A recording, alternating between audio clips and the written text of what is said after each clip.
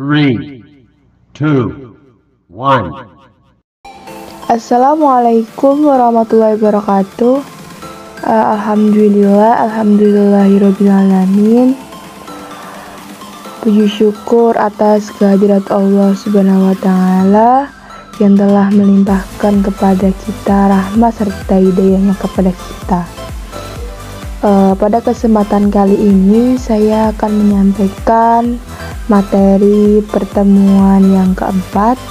Sebelum memasuki materi, saya akan memperkenalkan terlebih dahulu.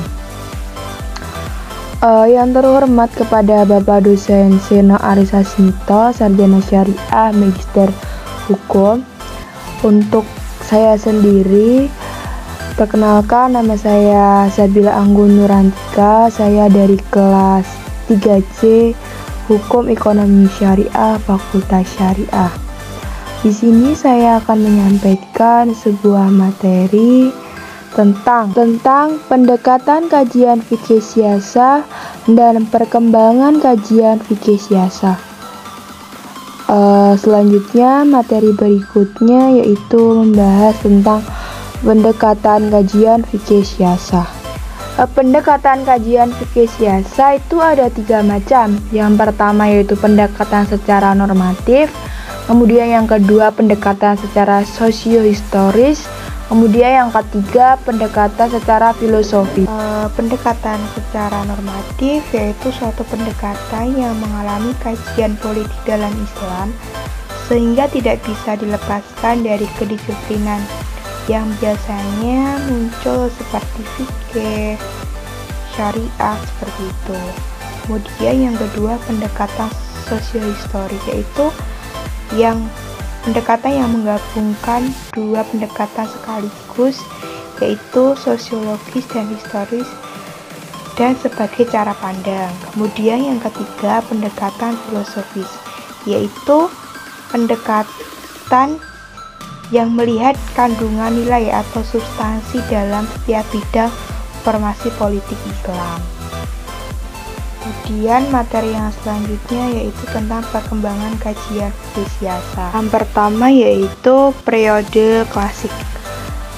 Periode klasik ini mempunyai ciri yang menandai perkembangan kajian fikih siasah pada periode klasik adalah kemampuan yang terjadi di dunia Islam secara politik langsung memegang kekuasaan, pengaruhnya di pentas internasional. Pada periode ini terdapat 2 dinasti, yaitu dinasti Bani Umayyah pada tahun 661 sampai 750 Masehi. Kemudian yang kedua Bani Abbas, yaitu pada tahun 750 sampai 158 Masehi. Pada masa kekuasaan Bani Umayyah, kajian fikih siasah masih belum muncul. Bani Umayyah lebih mengarahkan kebijaksanaan politiknya pada pengembangan wilayah kekuasaan. Kemudian, memang ada 2 kelompok opsi seperti Khawarij dan Syiah pada masa ini, tetapi tidak mempunyai pengaruh yang kuat.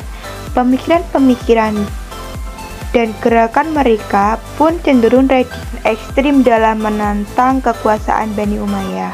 Pada masa daulat Bani Abbas, barulah kajian fikih siasah mulai dikembangkan.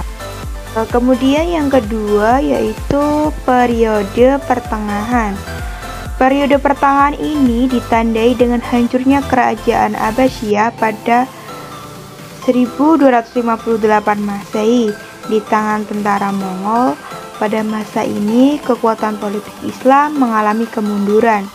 Karena kecenderungan pemikiran Islam mengalami kemunduran, tokoh mengalami kelangsungan tragedi penyerangan tentara Mongol ke Baghdad adalah Ibnu Taymiyah.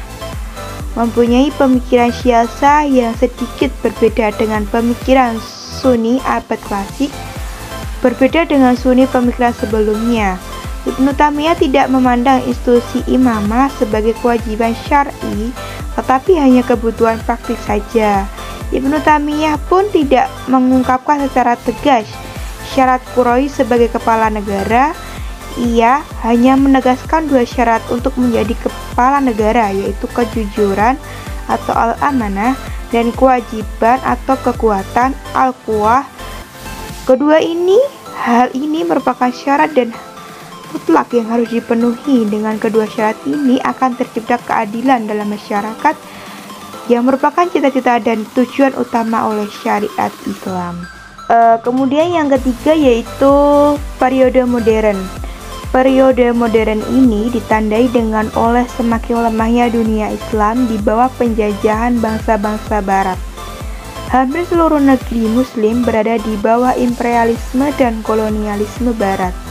Dalam lapangan politik, sikap pertama melahirkan aliran yang menyatakan bahwa Islam adalah agama yang serba lengkap, mengatur segala aspek kehidupan manusia, termasuk politik dan kenegaraan. Kemudian yang kedua, sikap kedua melahirkan aliran yang berpandangan bahwa Islam hanya memberikan seperangkat tata nilai dalam kehidupan politik kenegaraan umat Islam. Sedangkan sikap ketiga melahirkan aliran sekularisme yang memisahkan kehidupan politik dari agama. Pemikiran inilah yang selanjutnya berkembang hingga masa kontemporer.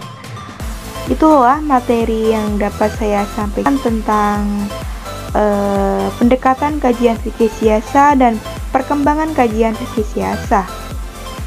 Demikian yang dapat saya sampaikan. Apabila ada salah kata ataupun ucapan, saya mohon maaf sebesar-besarnya. Wabillahi taufiq wal hidayah wa ridha wa inayah. Wassalamualaikum warahmatullahi wabarakatuh.